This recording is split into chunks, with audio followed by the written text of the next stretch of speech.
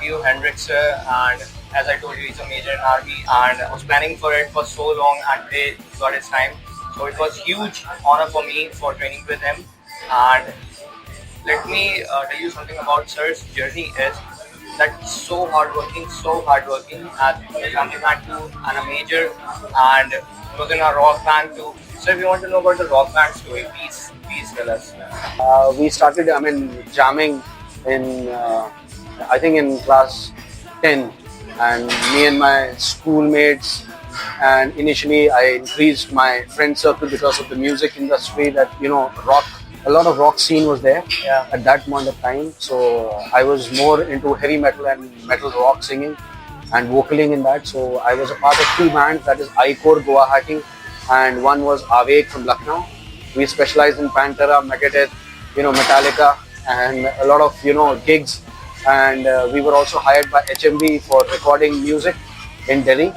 So yeah, we had our own original composition by the name of Haraki, which was ranked the second best song in the IIT Fest Hellraiser. So yeah, it was a crazy journey out there. Now it has come to an end. That's really great. As you're a major and you're a family man, you have to go on duty, off duty. How do you manage competitions, lad? A very good question indeed. See, if you come to see in India, you got to understand that the scene of an athlete is not very flourishing. Okay, so although I had a dream to become one of the best bodybuilders in India, I knew that my family and my background would not sustain such a sport. So the first thing I need to do was to ensure that I have a secure future, and by securing my future, I can secure my dream too. So what I did was, yes, I first focused on my studies, wherein I appeared for CDS exams, I appeared for Bank PO, I appeared for MBA exams. Sir appeared for UPSC as well. Yeah, I service rank you got? I was 111th in all over India UPSC in CDS exams. So, God's grace, God bless me, my mother's prayers, my wife, who's always been my supporter, and my wife was, she was my girlfriend since class 10. That's really great. Sir can give relationship advices as well at this time. That's too good. So I knew that, I need to secure my career first. I need to first dutifully, ensure all my duties as socially as well as familial, and then I can look up to my dreams. So that's what I did. I first got into the army, got a decent lifestyle, supported my family, and then I started working towards my dream again. Yes, I was into bodybuilding, powerlifting in my college days. After joining the army, I had to leave everything. I had to get into the training. Bodybuilding is something very different, and army training is all about, cardiovascular activities, a lot of stamina sports, a lot of running, 40 km, 35 km with your backpack, with your tactical gear, running around here and there. In my academy days, I was not known by my name. People knew me by the name Hercules, because I was always standing out in the crowd with so much muscle.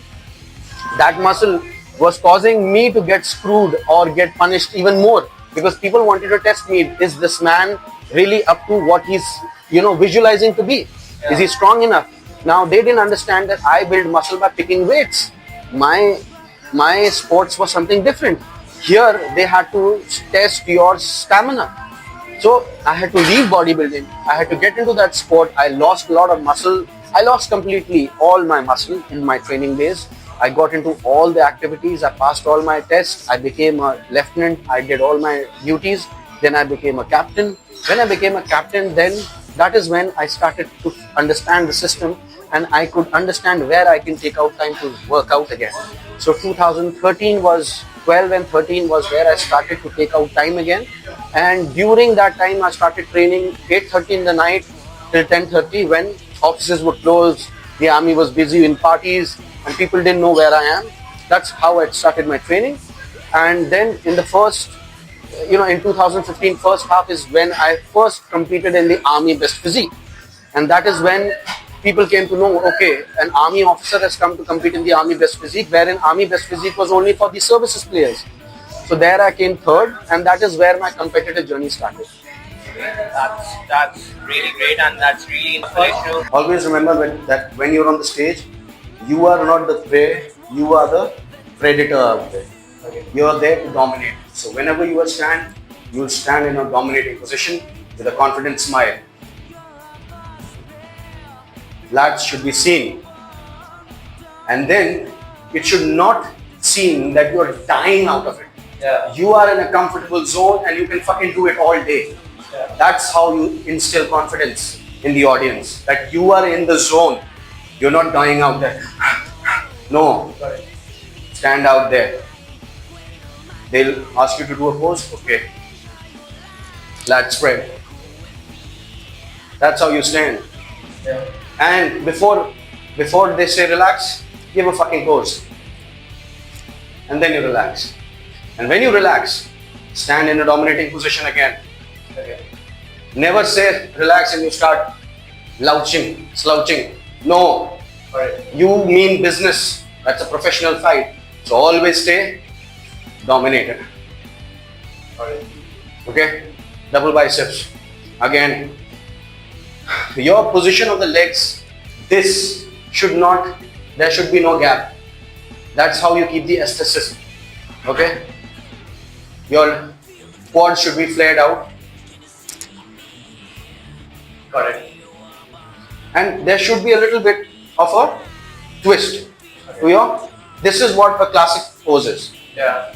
A normal bodybuilding pose would be this. No. Beauty is that's up. Okay? Coming to your side pose. You're straight away standing like this. No. You have to use your inner thighs to protrude your glutes and your hands outside. How do you do that? You will put your foot right behind your front foot and push it inside here. Okay. So that both of your inner thighs are touching each other and this inner thigh is pushing this outer thigh outside. Okay. Okay, so I'm pushing it here. Yeah. Now the curve has come. Yeah. Understand? The hammer. And then you Smarty pose. pose. Sorry. Now, always remember, your bicep should not be covering your ribs. It should go down a little bit. And then you breathe out. Alright. Feel. Your ribness should not get covered. Yeah. You have to put it a little bit down so that they can see your ribs, Ribs. your obliques, as well as the side chest. Yeah. Okay? Correct. Same goes again. Put your angle. Hold your hamstrings together.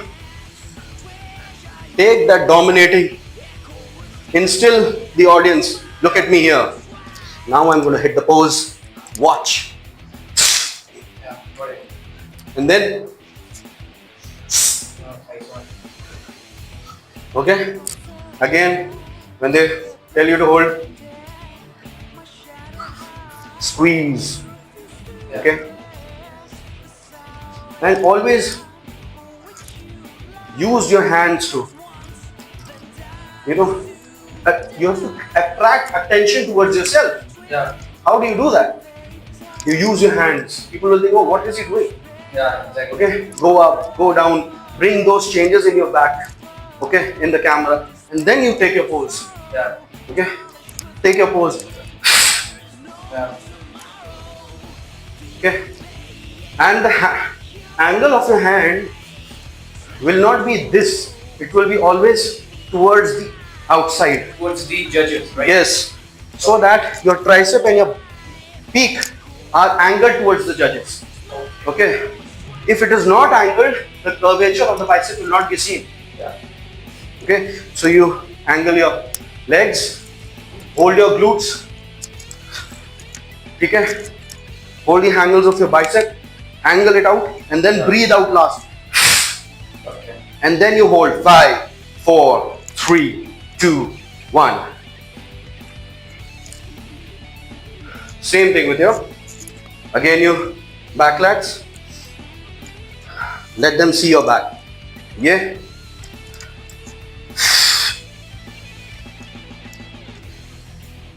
fall, and then go a little bit back.